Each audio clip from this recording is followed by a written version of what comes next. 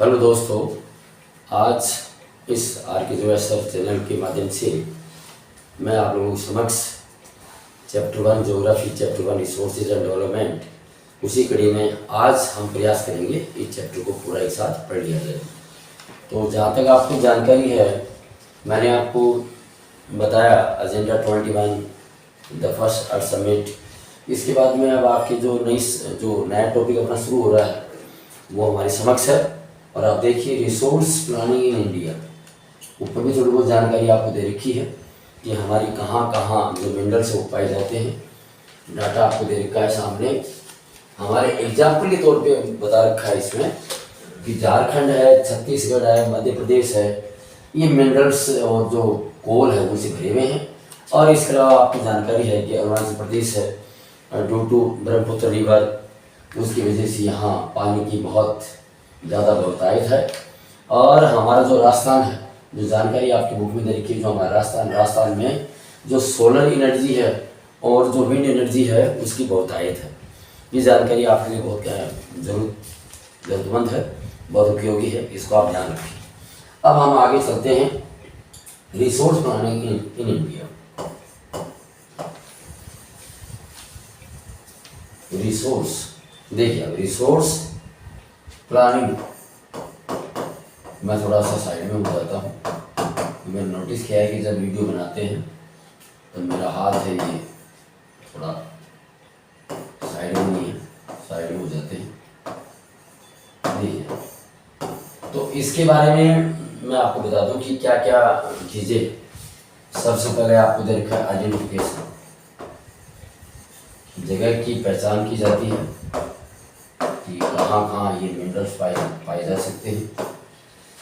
Identification and inventory of resources across the regions of the country. आप लोगों ने देखा होगा कोरोना से पहले एक हेलीकॉप्टर उड़ते हुए आपने देखा होगा, उसके नीचे गोल गोल एक घेरा था।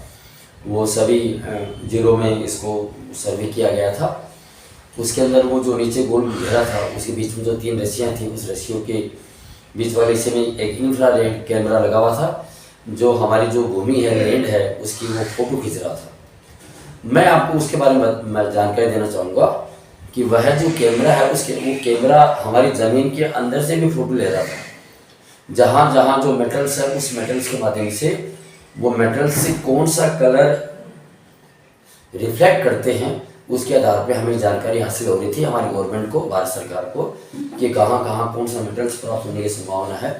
मैं सीकर का रहने वाला हूँ, तो हमारे बगल में जो मेरा गांव है, ये जो खिरोड़ के आसपास का जो एरिया है, वहाँ ये जो लाइमस्टोन है, इसकी बहुतायत मात्रा पाएगी। तो यहाँ पर 3 सीमेंट की फैक्ट्रियों को परमिशन मिल चुकी है और यहाँ पर जो एक्सकवेशन कार्य है वो जारी है। अब आप देखिए, तो सबसे पहले आइडेंटिफिकेशन में आपको बता चुका हूँ कि हम खोज करते हैं कि भाई कहाँ कहाँ ये रिसोर्स पाए गए हैं, उसको चिन्हित करते हैं। उसके बाद में तो 2 नंबर पे जो है प्लानिंग स्ट्रक्चर, जो 2 नंबर पे आपको दे रखा है वो है प्लानिंग स्ट्रक्चर। उसके बाद ये पता तो लग गया हमें कि भाई वहाँ रिसोर्सेज, आपको, मुझे, गवर्नमेंट को ये पता तो लग गया कि वहाँ ये रिसोर्सेज है। तो अब उन रिसोर्सेज को हम बहुत कम पैसा खर्च करके उसको बाहर कैसे निकालें। उसके लिए 2 बाहर निकालने के लिए, एक तो हो गया central government, CG, central government plus state government, दोनों मिलकर उस पर योजना बनाती है, प्लानिंग करती है कि भाई हम इसको बाहर कैसे निकालें, हम कितना पैसा खर्च करेंगे और जो सेंट्रल गवर्नमेंट है वो कितना पैसा खर्च करेगी। ये दोनों चीज़ इसमें प्लानिंग करते हैं। उसके अलावा नंबर 3 देखिए आप, नंबर 3 यहाँ पर ये देखा है कि matching the resource development.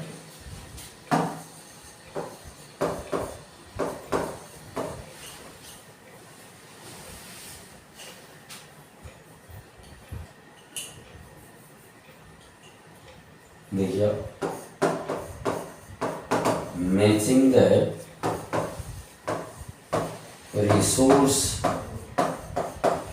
Development plan. हमारी जो सेंट्रल गवर्नमेंट है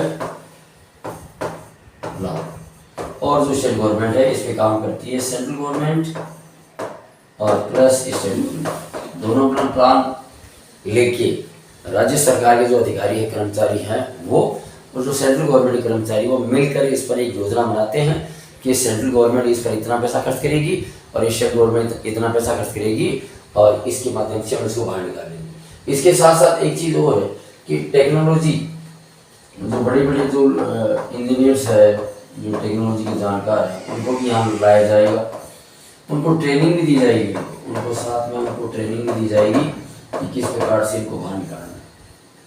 उनके अंदर जो स्किल है, स्किल को भी काम में लिया जाएगा, उनके अंदर जो स्किल है उस स्किल को भी काम में लिया जाएगा। और स्किल के लिए मैं साइड में लिख दूँ आपको, वहाँ आसपास एक इंस्टीट्यूशन भी बनाया जाएगा ताकि वहाँ उनको ट्रेनिंग दी जाए। क्यों? ताकि वहाँ उनको ट्रेनिंग दी जा सके, बनाया जाएगा। ये जानकारी मैंने आपको नोट कर दी है कि वहाँ उनको ट्रेनिंग देने के लिए एक संस्था भी बनाई जाएगी। मैं एक बार रिपीट करता हूँ इसको, मैं रिसोर्स प्लानिंग इन इंडिया के लिए रिपीट करना बहुत जरूरी है ताकि आपको समझ में आ जाए। सबसे पहले हम आइडेंटिफिकेशन करेंगे और इसके अंदर सबसे बड़ी चीज बात इसमें दे रखी है आपके, इसका एक सर्वे भी करेंगे। इसके अंदर सारा देखा सर्वे भी दे रखा है, इसका सर्वे भी होगा, इसका सर्वे भी करेंगे, प्लस इसका एक मैपिंग भी, इसका मैपिंग भी करेंगे। इसका मैपिंग भी बनाएंगे, कहाँ कहाँ कौन सी चीज़ें हैं उपलब्ध हो सकती है, ये सब कुछ इसमें। क्वालिटी भी इस साथ में एक प्लस भी देखा है, कितनी क्वालिटी के अंदर वो वहाँ रिसोर्स पाया गया है और उसकी क्वांटिटी कितनी है, उसकी क्वालिटी क्वांटिटी सारा सब उसमें दे रखा, आपको पढ़ने की जरूरत है बस। इसके अलावा मैंने आपको बता दिया कि इसमें जो प्लानिंग स्ट्रक्चर है सेंट्रल गवर्नमेंट का, स्टेट गवर्नमेंट का, वो भी शामिल है। इसके अलावा दोनों के अधिकारी बैठ के बातचीत करेंगे कि इसको हम बाहर से निकालेंगे। इसके लिए जो बड़े बड़े जो टेक्नीशियन टेक्नोलॉजी वाले हैं, उनकी स्किल है, उनको काम में लिया जाएगा। वहाँ पर एक इंस्टीट्यूशन भी खड़ा किया जाएगा ताकि उनको ट्रेनिंग दी जा सके। ये सारा सब कुछ है। यहाँ से आपके ये 3 नंबर का क्वेश्चन आने की संभावना है। ये चीज़ मैंने आपको आपके सामने बताई है, रिपीट भी मैंने आपको कर दिया है। बिल्कुल आप समय समय पर इसको बार बार देखते हैं आप।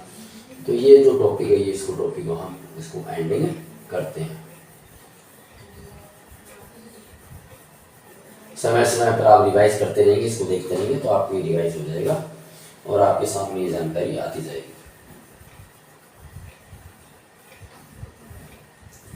समय का ध्यान रखें और इन सब चीज़ों को बार बार रिपीट करते रहें। और सभी बच्चों से मेरा निवेदन है, जो भी इसको वीडियो को देख रहे हैं, लिखने की प्रवृत्ति डालिए। किसी भी जानकारी को हम जितनी बार बार हम नोट करेंगे, उतनी बार वो हमारे दिमाग में छपती चली जाएगी। ये चीज़ आप नोट करते जाए। तो यहाँ मैंने आपके सामने ये जानकारी आपके सामने रखी। अब इसको आप देखिए। आप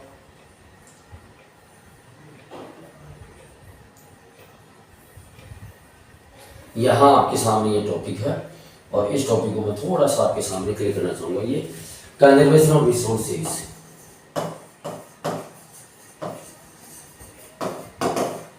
कंजर्वेशन ऑफ रिसोर्सेज, यहाँ महात्मा गांधी के कोटेशन के बारे में जानकारी है। उन्होंने बार बार कहा है, देयर इज, ये महात्मा गांधी ने एक बात कही थी, महात्मा गांधी ने एक बात कही थी। यहाँ पे एक चीज़ को आप ध्यान रखें, महात्मा गांधी, पहले मैं वो लाइन लिखूंगा तो उसके बाद मैं आपको समझाऊंगा।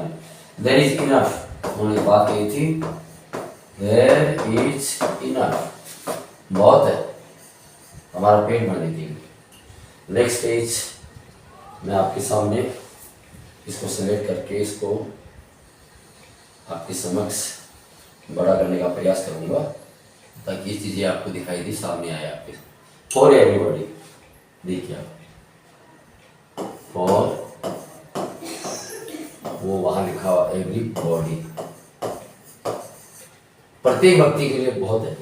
देयर इज इनफ, ऊपर में लिख दूँ बताइए,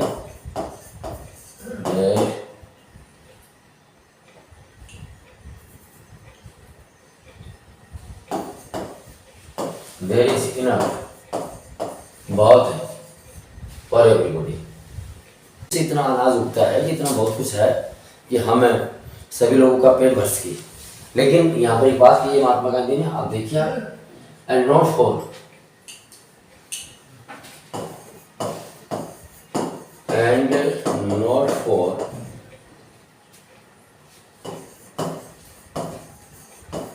everybody's need, greed, sorry, greed, ये बात कही थी महात्मा गांधी ने। इस बात को आप थोड़ा समझने का प्रयास करें, आपका फोकस यहाँ होना चाहिए। There is enough for everybody and not for everybody's grid.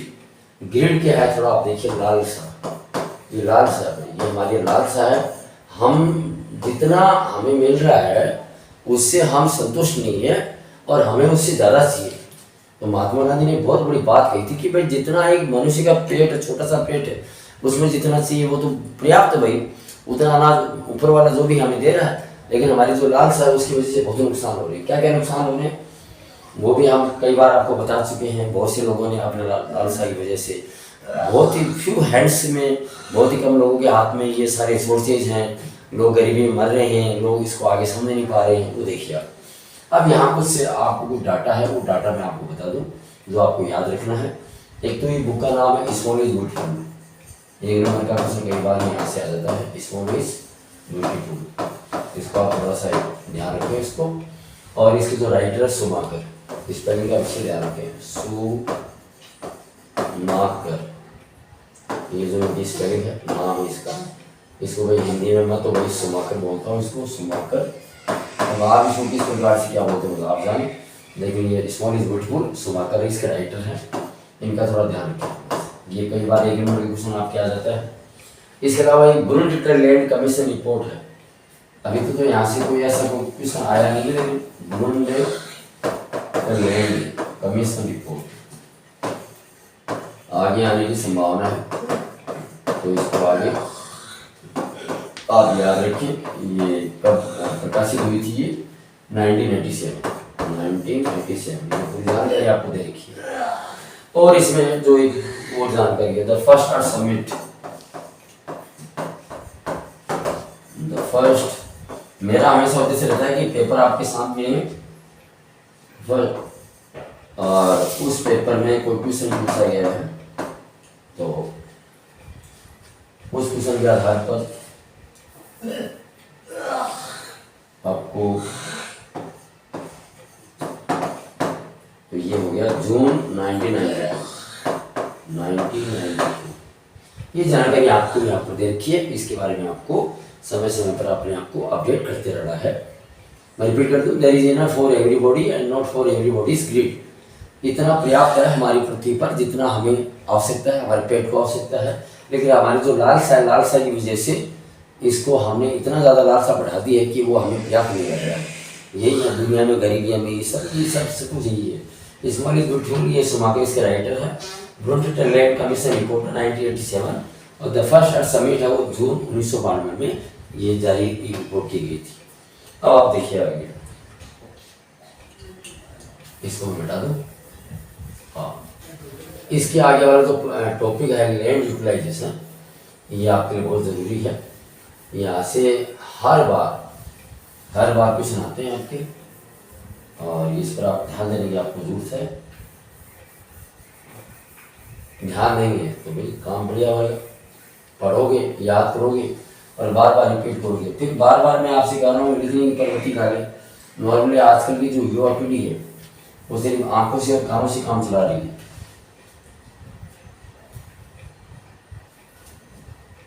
अब ये देखिए आपके सामने लैंड यूटिलाइजेशन, पूरा मैंने आपके सामने इसको खोल कर रख दिया है।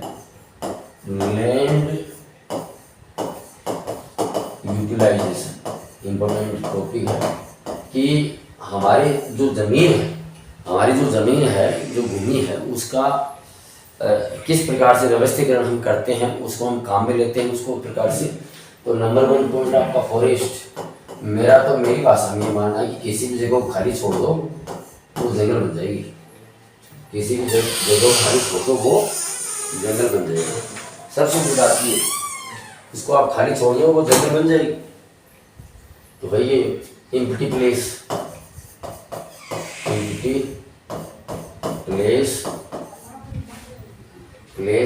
कन्वर्ट इनटू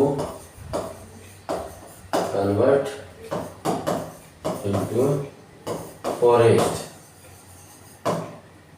बाय नेचर उसको अपने आप उसको जंगल में परिवर्तित कर देगी। तो पहला तो ये हो गया। नंबर 2 देखो आप इसका, अब ये हो गया बैरन लैंड, पहला है बंजर भूमि। बैरन लैंड खाली पड़ा है, जमीन खाली पड़ी है, पर वहाँ पर कुछ हम उगा नहीं पाते थे। शुरू से उसमें वो कहते हुए जमीन के अंदर से वो लवणता है, उसमें जो भी है, जिस प्रकार से नमक की मात्रा बढ़ गई तो वहाँ पर वो बंजर हो गई। इसको एक प्रकार से हम भाई अब हिंदी वाले बच्चे समझ जाए इसको, या जो भी है इंग्लिश मीडियम वाले हमारे यहाँ के बच्चे हिंदी के शब्दों से ज़्यादा अच्छा समझते हैं, तो बंजर भूमि होगी। एक आपको देखा है अभी इसमें देखा है लैंड यूज फॉर बिल्डिंग्स। जैसे बिल्डिंग के तौर पर हम उसको काम लेते हैं, बिल्डिंग्स के तौर पर हम काम में लेते हैं। सड़क बना रहे हैं भाई, सड़क के तौर पर हम जमीन काम, वहाँ पर हम खेती बाड़ी नहीं कर सकते। रोड्स बना रहे हैं, वहाँ पर हम खेती बाड़ी नहीं कर सकते। इसके अलावा फैक्ट्रीज भी हम काम में ले रहे हैं, तो वहाँ पर भी हम खेती बाड़ी नहीं कर सकते। तो ये ए और बी वाली हो गई। ये जमीन, यहाँ पर जमीन में खेती बाड़ी नहीं होती है। मैं रिपीट कर दूँ, बैरन लैंड बंजर भूमि है। और ये भाई हमारे बिल्डिंग्स, भाई इसमें हम रहते हैं। सड़क है, आप जानते हो, तो सड़क मैंने 2 बार लिख दिया, एक ओके, कोई दिक्कत की बात नहीं। फैक्ट्रीज हो गया आपका, ये सब आपके सामने दे रखा है। अब देखिए यहाँ पर जमीन हम काम में नहीं लेते। नंबर 3 दे रखा है अन और काम हम जमीन को काम में नहीं लेते। परमानेंट, ये हो गया पास्ट टेंस। चारागाह, जिसको हम बोलेंगे चारागाह। एक ग्रेजिंग लैंड भी दे रखे। ग्रेजिंग बात तो एक ही है, ग्रेजिंग लैंड वो भी लगभग इसी श्रेणी में आ गया, जहाँ हमारी जो गाय भैंस है, भेड़ बकरी है, वहाँ पर वो चरते जानवरों की चराने की जगह। इसके अलावा और भी देखा, जैसे कहीं हमने ट्री क्रॉप्स, हमने भाई पेड़ पौधे, ट्री प्लांटेशन हमने कर रखा है कहीं पे, तो वहाँ पर खेती बाड़ी कैसी होगी? नहीं होगी। इसके अलावा और भी देखा। चलो, एक आपका हो गया कल्चरेबल इन्वेस्टमेंट, एक इसमें दे रखा है कल्चरेबल इन्वेस्टमेंट। वो जगह, वो जमीन जो हमारे मेला बढ़ते हैं, गणगौर का मेला, तीज का मेला, ऐसे बढ़ते हैं, कहीं हम फुटबॉल खेलते हैं, तो वो उस जमीन पर खेती बाड़ी कभी हो नहीं सकती। तो ये आपको तीसरा पॉइंट आपको बता दिया। यहाँ से हर बार पेपर में क्वेश्चंस आते हैं, ये मैं आपको रिपीट कर दूँ। तो ये मैंने आपको ये 3 पॉइंट है। पहला हो गया फॉरेस्ट, कोई खाली जगह उसको आपने खाली छोड़ दिया, उसे कुछ काम में नहीं ले रहे, तो सर्दी गर्मी बरसात आएगी तो अपने आप में वो जगह हरी भरी हो जाएगी नेचर के माध्यम से, कुछ दिमाग लगाने की जरूरत ही नहीं है। बैरन लैंड बंजर भूमि आप जानते हो भाई, जहाँ पर भाई आप जोड़े के अंदर एक प्रकार से जोड़ा बोल दो इसको। और इसके अलावा वो जगह, वो जमीन, वो जगह जो सड़क बनाने की, फैक्ट्री बनाने की, बिल्डिंग बनाने की हमारे रहने काम आती है, तो वो आपके सामने दिखा। तीसरा हो गया परमानेंट पास्चर्स, वहाँ पर गाय भैंस बकरी हमारे चरते हैं वो। इसके अलावा ग्रेजुएट वो चढ़ने के काम भी आते हैं, वहाँ से लोग अपने वो जानवरों को चारा डालने के लिए वहाँ से काट के भी ले जाते हैं। ट्री प्लांटेशन, कहीं पर गांव के अंदर ग्राम पंचायत के माध्यम से, सरकार के माध्यम से ऐसे बहुत सारे प्लान चलते हैं, प्रोग्राम चलते हैं, जिसके अंदर 2 बीघा में 10 बीघा में भाई पेड़ पौधे लगाओ, तो लोग लगाते हैं भाई, वहाँ पर खेती बाड़ी थोड़ी होगी। तीसरा हो गया कल्चरल इन्वेस्टमेंट, वहाँ पर भाई 2-30 का मेला है, गणगौर का मेला है, वहाँ पर फुटबॉल का कोई मैच है वगैरह सारे होते हैं, वो सब इसी में काम आते हैं। चलो भाई इसमें आगे इसको यहाँ से हटाते हैं। तो जितनी बार रिपीट करोगे आप देख के आप सीखोगे। और सबसे निवेदन है कि ये मैंने पहली बार इस प्रकार से इसे एक्सपेरिमेंट किया है कि एक तरफ तो वो जो बुक का पेज है वो खोल के रख दिया, और दूसरी तरफ आपको ये बता दिया कि यहाँ से ये नोट करके आपको, जिसे हम क्लास में बताते हैं वैसे आपको बता रहे हैं। निगरानी रखें हर चीज़ पे। मैं रिपीट करता जा रहा हूँ बार बार, जितनी भी जो जानकारी है, कि जानकारी को आप जितनी बार आप शेयर करेंगे दिमाग के अंदर, और जितनी बार नोट करेंगे उतना अच्छा रहेगा आपके लिए।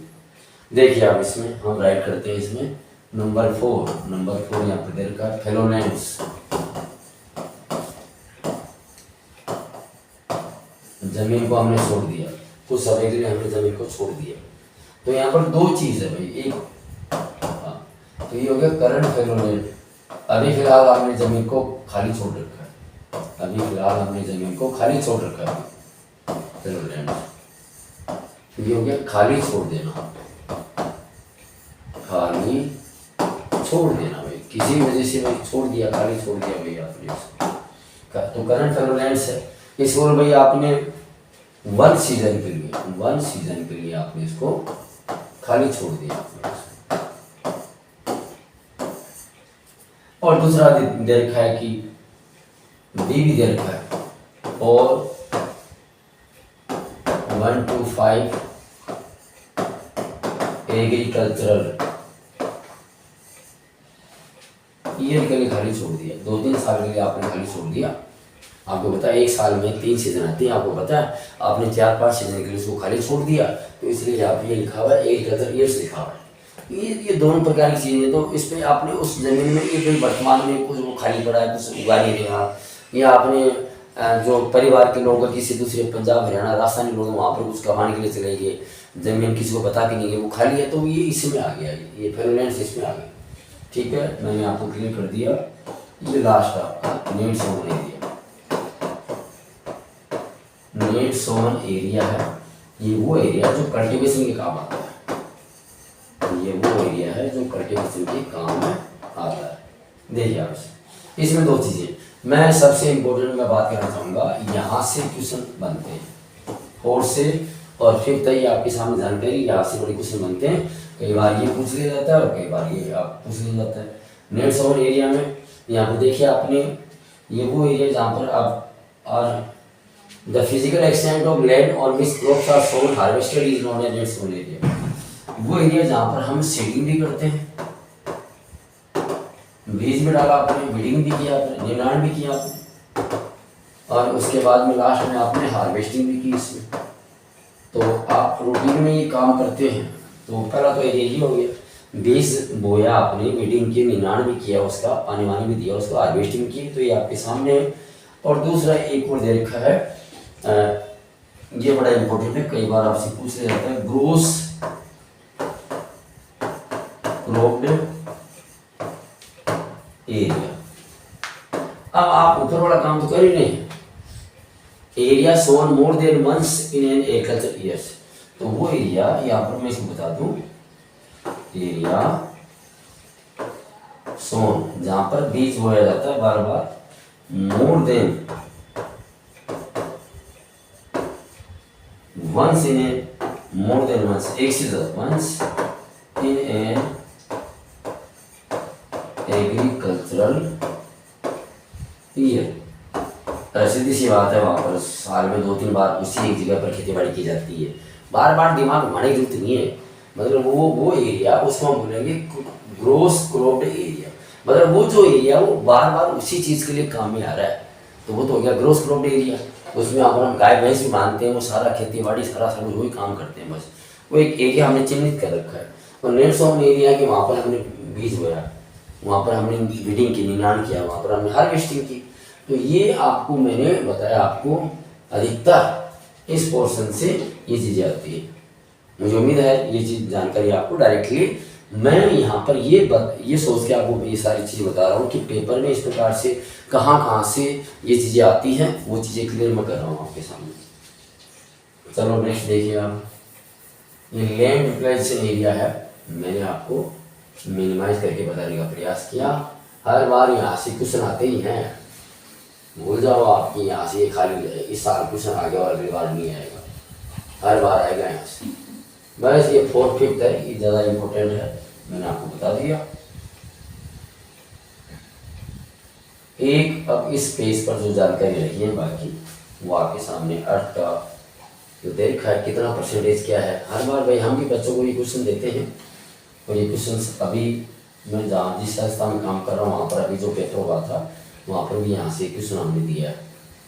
लोग जानकारी आपसे शेयर करना चाहते हैं, ये भैया आप जैसा भी है गोल मैंने बना दिया, और इसके अंदर ये जानकारी है। आप देखिए ये यहाँ पर इसका हो गया प्लेन्स, ये जो एरिया है वो प्लेन्स एरिया है, लो ये प्लेन्स एरिया है, और ये हो गया 43%, दिमाग में फिट कर लो। उसके बाद में आ गया माउंटेन्स वाला एरिया, तो ये माउंटेन्स वाला एरिया है, यहाँ पर ये दे रखा है। तो ये एरिया दे रखा 30%, ये 30% एरिया दे रखा, मैं थोड़ा ओपन बना दिया। और आपका एरिया बचा प्लेट्यूज, ये एरिया बचा प्लेट्यूज, तो ये एरिया बचा 27%। फिक्स, ये परमानेंट फिक्स है, दिमाग में फिट बैठा लो इसका, जो भी है। प्लेन्स है 43% है, ये क्वेश्चन दिया हुआ है अभी टेस्ट में क्वेश्चन दिया था बच्चों को। प्लेट्यूज ये आपका 27% है, वहाँ पर खुद देखा मैंने, नीचे बना दिया मैंने। और माउंटेन से ये 30% है। इस प्रकार से पूरी जानकारी आपके सामने, और टोटल मिला के 30 प्लस आपका 27% और प्लस 43 काउंट करोगे 100 हो जाएगा ये। इस वर्तमान में जमीन को इस प्रकार से हमारे भारत में काम में लिया जा रहा है। ये पूरी जानकारी है, मैंने आपको यहाँ से बता दी है। अब हम नेक्स्ट पेज पे चलते हैं। देखिए ये आपके सामने जानकारी है।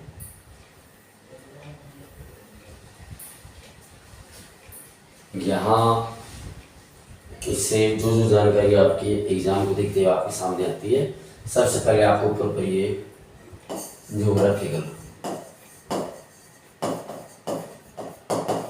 ज्योग्राफिकल एरिया ऑफ इंडिया, ये भी अभी क्वेश्चन दिया था, अभी फिलहाल वर्तमान में क्वेश्चन दिया था। तो ये आपके सामने 3.28 मिलियन स्क्वायर किलोमीटर। हिंदी वाली जो बुक है, हिंदी वाली बुक में इसका एक अलग प्रकार से जानकारी है। और यहाँ पर 3.28 ये बीच में पॉइंट है, million square kilometre, million square kilometre के हिसाब से आपको जानकारी दे रखी है। यहाँ से मैंने आपको बता दिया। और इस पेज पर जो जानकारी आती है आपके पेपर को देखते हैं, तो मैं आपको बता दूं, नेशनल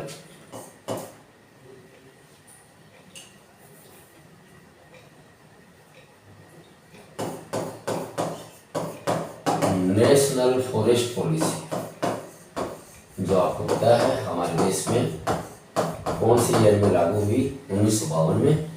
ये जानकारी आपको दे रखी है 1952 में। और उस वक्त हमारे देश के अंदर इस बात के लिए फिक्स किया गया था कि जो 33% जो एरिया है वो फॉरेस्ट एरिया होगा। ऊपर बड़ी जानकारी मैंने इस पेज की बता दी, जहाँ से जो मुख्य तौर पे आपके आते हैं। इंडिया का जो ज्योग्राफिकल एरिया वो 3.28 मिलियन स्क्वायर किलोमीटर है। ये अभी क्वेश्चन दिया गया था इसी टेस्ट में। तो नेशनल फॉरेस्ट पॉलिसी 1952, इसके तहत 33% वो फॉरेस्ट एरिया है। ये दो बड़ी जानकारी मैंने आपके सामने शेयर कर दी है। अब नेक्स्ट देखिए आप, यहाँ ये आपके सामने है, यहाँ से जो जानकारी आती है ये जानकारी हम शेयर करते हैं सबके साथ। ये जरूरी है भी, कहाँ कहाँ लैंड डिग्रेडेशन, लैंड, मैं पेपर को दिमाग में लेके चलता हूँ और उसके आधार पर जानकारी देता हूँ कि कहाँ कहाँ क्या क्या कुछ पूछे जा सकते हैं। तो ये यहाँ देखिए आपकी किसकी वजह से कहाँ कहाँ जमीनों का नुकसान हो रहा है आप देखिए। तो ये mining sites are after excavation work is complete leaving deep excavation traces over burning. अब ये झारखंड है, आप पहला देखिए, आप झारखंड है, झारखंड नाम दे दिया। और झारखंड के अलावा आपको दूसरा दे रखा छत्तीसगढ़, वो एरिया जहाँ पर माइनिंग की वजह से नुकसान हो रहा है जमीन को, वो आपके सामने बता रहा हूँ। छत्तीसगढ़, मध्य प्रदेश, उड़ीसा, मध्य प्रदेश और उड़ीसा, ये वो एरिया जहाँ पर माइनिंग की वजह से नुकसान भी हो रहा है। और यहाँ पर ये दो चीज़ों की वजह से नुकसान हो रहा है। एक तो क्या, डिफॉरेस्टेशन, जंगलों को काटा जा रहा है, जंगलों को काटा जा रहा है, उसकी वजह से नुकसान हो रहा है आपके सामने। और दूसरा माइनिंग। अब यहाँ से कुछ पूछा जा सकता है कि वो राज्य बताइए, यहाँ से आपसे कुछ पूछा जा सकता है वो राज्य बताइए जहाँ पर माइनिंग की वजह से और डिफॉरेस्टेशन की वजह से नुकसान हो रहा है। तो झारखंड हो गया, छत्तीसगढ़ हो गया, मध्य प्रदेश और उड़ीसा, ये चार है। 1, 2, 3 और 4 ये जानकारी आपके सामने है। तो चार में कम से कम 2 के बारे में पूछा जा सकता है कि any 2, write down any 2 states. अब ये तो हो गया इसका। अब हम बात करते हैं गुजरात, राजस्थान, ये ओवरग्रेजिंग। ओवरग्रेजिंग की वजह से कौन कौन से स्टेट में नुकसान हो रहा है, जमीन का नुकसान हो रहा है, ये आपके सामने है। तो यहाँ पर गुजरात, राजस्थान, ये देखिए गुजरात है, राजस्थान है, ये जानकारी आपके सामने है। जब तक आप इसको बार बार सेव नहीं करोगे। राजस्थान है, मध्य प्रदेश, महाराष्ट्र, लो सा मध्य प्रदेश, और एक आपको जानकारी दे रखी है महाराष्ट्र। यहाँ ओवर ग्रेजिंग की वजह से नुकसान ज़्यादा हो रहा है, जमीन को हम इस प्रकार से काम में ले लें हिसाब से, ये देखा है। और अब इसके बाद में हम बात करते हैं अगला, तो वो हो गया ओवर इरिगेशन। ज़्यादा पानी देने की वजह से ज़मीन का जो लेवल है, ज़मीन की जो क्वांटिटी है, क्वालिटी, वो सब धराशायी होती है। तो इस पंजाब, हरियाणा, वेस्ट उत्तर प्रदेश ये प्रसिद्ध है। पंजाब, हरियाणा, और इसके अलावा पश्चिमी Uttar Pradesh, western UP, short में लिखी है, जगह इतनी थी। तो आप इसको गौर से देखिए। ओवर इरिगेशन, ज़्यादा पानी मिलने की वजह से कौन कौन से राज्यों में नुकसान हो रहा है? तो नुकसान हो रहा है पंजाब में। आपको पता है गेहूं का उत्पादन सबसे ज़्यादा कहाँ होता है? पंजाब, हरियाणा और पश्चिमी उत्तर प्रदेश। पूरे देश का लगभग 60% गेहूँ यही उत्पादन होता है। और ये किसकी वजह से हो रहा है? हर 2 बीघा के बाद में ट्यूबवेल खोद रखी है यहाँ प्रयास। तो सबसे बड़ा ओवर इरिगेशन की वजह से नुकसान ये हो रहा है। यहाँ पर जो मुख्य तौर पर जो जानकारी थी मैं रिपीट कर दूँ आपको, तो ये हो गया लैंड डिग्रेडेशन किसकी वजह से हो रहा है? तो डिफॉरेस्टेशन माइनिंग की वजह से झारखंड, छत्तीसगढ़, मध्य प्रदेश, उड़ीसा में हो रहा है। ये याद करेंगे, माइनिंग की वजह से, डिफॉरेस्टेशन की वजह से। ओवर ग्रेजिंग गुजरात, राजस्थान, मध्य प्रदेश, महाराष्ट्र में हो रहा है। ओवर इरिगेशन हो रहा है पंजाब, हरियाणा और वेस्ट उत्तर प्रदेश। अब आप देखिए, इसको हम मिटा देते हैं, न्यू टॉपिक हम लेते हैं। स्पीड बहुत फास्ट है मेरी यहाँ समझाने में, 2 बार रिपीट कर दिया मैंने सारा टॉपिक। आप इसको बारी बारी से, जैसे आप मैं चैनल पर डाल दूंगा, आप इसको रिपीट करके भी आप ये जानकारी ले सकते हैं और अपने खुद के नोट्स बना सकते हैं, कोई दिक्कत की बात नहीं।